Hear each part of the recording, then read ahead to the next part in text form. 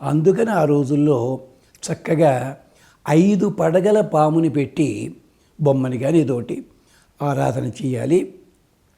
చలిమిడి, చిమ్మిలి, పరవాన్నము. పుట్టలో పాలు పోయడం అంటారు. నిజంగా మీరంతా పట్టుకెళ్ళి పుట్టలో పాలు పోస్తే ఆ పాల తాకిడికి పావు చచ్చేపోతుంది. పుట్టలో పాలు పోయడం అంటే అర్థం అది కాదండి. అక్కడికి వెళ్ళి చుక్క చుక్కలుగా వేసి పాలగిన్నె అక్కడ పెట్టండి, పాములు స్వీకరిస్తాయి. తీర్థంగా మీరు తీసుకోండి. ఇంకొక్కటే జోకు లాంటివి చెప్తాను. దేవకీదేవికి 6 పిల్లలు పుట్టిపోయారు.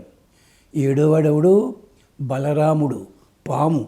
3 నెలలు గర్భంలో ఉన్నాడు, బయటికి వెళ్ళాడు.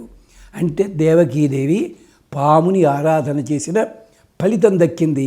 తర్వాత కృష్ణుడు పుట్టాడు, బతికాడు. నాగపంచమి అలాగే ఈ సర్పములకు సంబంధించిన ఈ చవితి ఉన్నల్లో ఉన్న అంతరార్థం ఇది. ఇది గుర్తుపెట్టుకోండి. మరి పాములు ఇష్టం ఎందుకు తిరుగుతున్నాయండి? మనం ఏం చేస్తున్నాం? అడవులు కొట్టేస్తున్నాం, పుట్టలు కొట్టేస్తున్నాం, పొలాలు ఆక్రమించేస్తున్నాం. వాటికి బతకవలసిన చోట్లు ఏమున్నాయో అవన్నీ మనం ఆక్రమిస్తుంటే అవి రాకమాంతాయా? పెద్ద పులి పల్లెటూరులోకి వచ్చింది. ఎందుకైతే పల్లెదా దానికి? అడవులు కొట్టేస్తున్నారు మీరంతాను.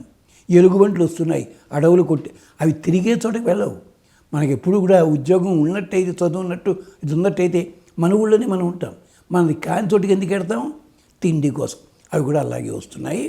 అంచేత పంచమి, చవితి అంతరార్థం ఇది. క్షేమంగా ఉండండి, ఆరాధన చేయండి, చక్కటి ఫలితాలు పొందాలి.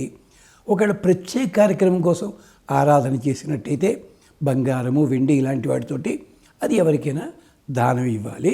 లేదు నాగప్రతిమ పెట్టుకోండి చిన్నది. మరి బొత్తిగా 15 అంగుళాలు అలాంటిది పెట్టకండి. 2 అంగుళముల కంటే పెద్దది వద్దు దయచేసి. సరే, ఈ మధ్య నాగప్రతిష్టలు చేసేస్తున్నారు. చేసిన దాకా ఉండి అక్కడ కొబ్బరికాయ కొట్టేవాడు కూడా ఉంటాడు. అవి ఎలాంటి భూముల్లో ఉన్నాయంటే నోటితోటి మాట్లాడకూడదు, అంత అసహ్యకరంగా మారుస్తున్నారు. వారికో నమస్కారం. అది నాగపంచమి విశిష్టత. స్వస్తి.